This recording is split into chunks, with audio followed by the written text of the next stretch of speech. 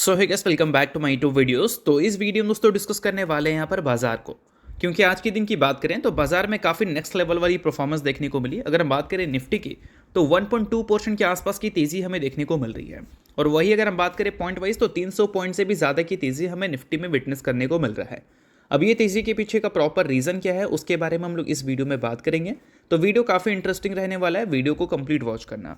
But उससे पहले अगर आपने अभी तक चैनल को सब्सक्राइब नहीं किया है तो चैनल को सब्सक्राइब करके बेल आइकन को प्रेस कर लो, और सेबी रजिस्टर्ड टेलीग्राम चैनल को भी ज्वाइन कर लो, जिसका लिंक आपको डिस्क्रिप्शन में देखने को मिल जाएगा। और एक डिस्क्लेमर भी है, जो भी न्यूज़ एंड अपडेट्स हम लोग कवर करेंगे वो सारी न्यूज़ एंड अपडेट्स सिर्फ और सिर्फ एजुकेशन पर्पज़ के लिए है, सीखने के लिए है। तो इसको किसी भी तरह का इन्वेस्टमेंट एडवाइस मत समझना, आप खुद से रिसर्च और एनालिसिस भी कर सकते हैं। तो चलिए वीडियो की शुरुआत करते हैं। सबसे पहले बात करते हैं बाजार के बारे में। सो आज के दिन निफ्टी और सेंसेक्स में तो काफ़ी अच्छी तेज़ी देखने को मिल रही है, बट उसके अलावा मिड कैप स्मॉल कैप वाले स्टॉक्स को भी अगर आप देखोगे तो वहाँ पर भी काफ़ी अच्छी मूव्स आपको देखने को मिलेगी। In fact large cap company, blue chip companies की भी परफॉर्मेंस आज के दिन काफ़ी अच्छी हमें विटनेस करने को मिल रही थी। बात करें दोस्तों पिछले 6 महीने के बारे में, तो यहाँ पर बाजार में एक रिकवरी वाली चीज़ें हमें देखने को मिली है। पिछले 6 महीने में 4.8% के आसपास की रिकवरी आपको निफ्टी 50 में देखने को मिला है। और आज के दिन की जो तेज़ी देखने को मिली है, उस तेज़ी के बाद निफ्टी सिर्फ आपको 100 पॉइंट के आसपास ही गैप दिखा रही है अपने रिकॉर्ड हाई से। अगर 100 पॉइंट से ज़्यादा की तेज़ी यहाँ पर देखने को मिल जाए निफ्टी में, तो निफ्टी अपने ऑल टाइम हाई तक आपको जाती हुई नजर आएगी। तो बेशक ये काफ़ी अच्छी बात रहेगी अगर हम बाजार के सेंटिमेंट्स के हिसाब से देखें तो। बाकी अगर हम बात करें बाजार के पीछे की प्रॉपर तेज़ी के कारण के बारे में, तो काफ़ी सारे कारण हैं। मेनली 5 ही रीज़न आप ले सकते हो, जिसमें एक रीज़न मैं खुद से बता देना चाहूँगा। आज के दिन देखोगे बड़ी बड़ी कंपनीज़ को जिसका वेटेज इंडेक्स में काफ़ी ज़्यादा रहता है, लाइक बात कर सकते हैं हम HDFC बैंक के बारे में, रिलायंस के बारे में, TCS के बारे में। तो इनकी परफॉर्मेंस आज के दिन काफ़ी सही है, और ये एक मेन कारण है इंडेक्स के काफ़ी अच्छे परफॉर्मेंस का। और उसके अलावा अगर हम बात करें पूरे बाजार के बारे में, तो उसके लिए भी काफ़ी सारी चीज़ें हैं जो कि हम लोग डिस्कस कर लेते हैं।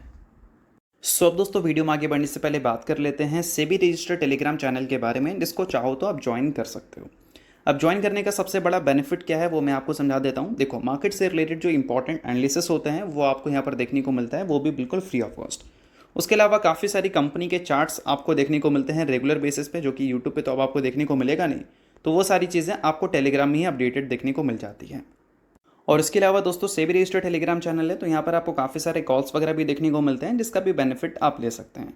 पास्ट में जो कॉल्स वगैरह यहाँ पर देखने को मिले थे उसकी परफॉर्मेंस भी हमें काफ़ी अच्छी देखने को मिली थी, जिसको आप चाहो तो नोट डाउन कर सकते हैं।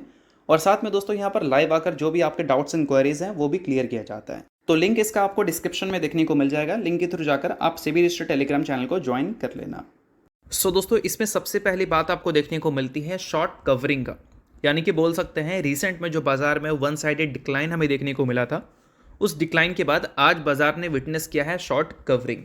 अब देखो, मैं बता देना चाहूँगा, कोई भी कंपनी का एग्जांपल ले लो, जब उस कंपनी में लगातार वन साइडेड मूव देखने को मिल जाए, चाहे ऊपर की ओर हो या फिर नीचे की ओर हो, उस कंपनी में एक ऐसा ट्रेडिंग सेशन जाता है जहाँ पर उसका अपोजिट परफॉर्मेंस आपको देखने को मिलती है। लाइक कोई कंपनी अगर बहुत ज़्यादा भाग रही है तो बीच में एक ऐसा ट्रेडिंग सेशन जाएगा जहाँ पर उस कंपनी में प्रॉफिट बुकिंग हमें देखने को मिलती है। सेम चीज़ उल्टा में भी होता है, जब कोई कंपनी लगातार गिर रही है तो बीच में एक ऐसा ट्रेडिंग सेशन जाएगा जहाँ पर अपॉर्चुनिटी को देखते हुए ह्यूज बाइंग आ जाती है, जिस वजह से कंपनी की परफॉर्मेंस उस दिन अच्छी हो जाती है। तो अभी रिसेंट में क्या हुआ है कि बाजार में लगातार वन साइडेड फॉल देखने को मिला था, और आज के दिन बाजार ने एक रिकवरी विटनेस की है, और ये एक शॉर्ट कवरिंग का तौर पर नाम दिया गया है। इस चीज़ को आप नोट कर सकते हो। तो ये एक पहला रीज़न हो गया। दूसरे रीज़न की बात करें तो जो जियोपॉलिटिकल टेंशन है, जो ग्लोबल सिनेरियोज़ हैं, वो थोड़ी हमें पॉजिटिव नज़र आती हुई दिखी थी कल के दिन। अब एग्जैक्ट वो सारी चीज़ें हैं क्या, उसकी बात कर लेते हैं। तो देखो, ग्लोबल मार्केट जो है वो फिलहाल एक्सपीरियंस कर रहा है रिस्क मोड। क्यों भाई? क्योंकि रशिया यूक्रेन वॉर जो है उसको ख़त्म करने से रिलेटेड बातें सुनने को मिली है। उसके साथ दोस्तों हमें सुनने को मिला है US फेडरल रिजर्व की जो रेट कट है वो हमें देखने को मिल सकती है दिसंबर के महीने में। और डोनाल्ड ट्रंप के जो टैरिफ्स हैं उसमें जो उनका स्टांस है वो हमें थोड़ी सी सॉफ्ट होती हुई नज़र आई है। अब एक एक करके सभी बात कर लेते हैं। देखो, अगर हम बात करें रशिया यूक्रेन के वॉर के बारे में, तो फिलहाल देखा जाए तो इस वॉर को ख़त्म करने के लिए रशिया, यूक्रेन और अमेरिका, इन तीनों में वंस अगेन एक बातचीत हमें देखने को मिलने वाली है। बातचीत ऑब्वियस सी बात है किस चीज़ को लेकर होगी, नेगोशिएशंस को लेकर होगी। नेगोशिएशंस अगर अच्छी तरह से होते हैं तो वॉर को ख़त्म किया जा सकता है। 2022 में शुरू हुआ था, काफ़ी लंबा टाइम फ्रेम चल रहा है। अब अमेरिका भी चाहती है, रशिया भी चाहती है और यूक्रेन भी चाहता है, बट चीज़ें नेगोशिएशन पे है, नेगोशिएशन हो जाती है तो वॉर ख़त्म हो सकता है और इसके लिए एक और बार हमें बातचीत होती हुई देखने को मिलने वाली है। तो ये एक रीज़न मान लो और ये चीज़ जो है कहीं ना कहीं जो कमोडिटी मार्केट है उसमें रिफ्लेक्ट डालेगी। अगर रशिया का मान लो ऑयल सैंक्शंस हट जाए तो उस केस में ऑयल के जो प्राइजेस हैं उसमें बड़ी फॉल आ सकती है। जेपी मॉर्गन ने स्टेटमेंट दिया है कि 2027 के फाइनेंशियल ईयर के एंड तक क्रूड ऑयल का जो प्राइस है वो $30 पर बैरल तक आ सकता है। इस चीज़ को नोट करो। और ऐसा अगर होता है तो उन कंपनीज़ के लिए बहुत अच्छी खबर होगी जो कंपनी क्रूड ऑयल के डेरिवेटिव से अपने प्रोडक्ट को बनाती है, और उन कंट्री के लिए भी काफ़ी अच्छी खबर होगी जो कंट्री इंपोर्ट करती है, लाइक इंडिया और चाइना।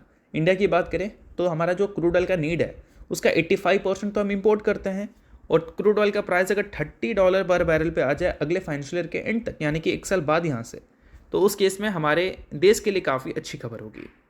तो दोस्तों, रशिया यूक्रेन वॉर ख़त्म होने की वजह से क्रूड ऑयल में उसका इम्पैक्ट हमें देखने को मिलेगा, बट उसके साथ अगर हम बात करें यूएस के फेडरल रिजर्व के बारे में और आरबीआई के रेट कट के बारे में, तो इसकी पॉसिबिलिटीज़ काफ़ी ज़्यादा बोल्ड हो चुकी है कि अगले एमपीसी में और अगले फेडरल रिजर्व की मीटिंग में हमें रेट कट्स देखने को मिल सकती है।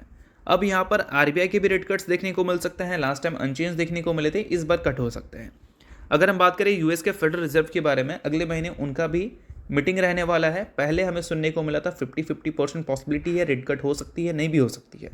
फिर स्टेटमेंट आया कि यूएस डेटा ही रिलीज़ नहीं कर रही है। यूएस गवर्नमेंट 43 डेज़ के लिए आई थिंक शटडाउन थी, उस वजह से जो इन्फ्लेशन डेटा है, जॉब डेटा है, वो रिलीज़ ही नहीं हो रहा था, उसमें डिले हो रहा था। तो ऐसे सीन के बेसिस पे रेट कट हो जाए इसके चांसेस काफ़ी कम होते दिख रहे थे।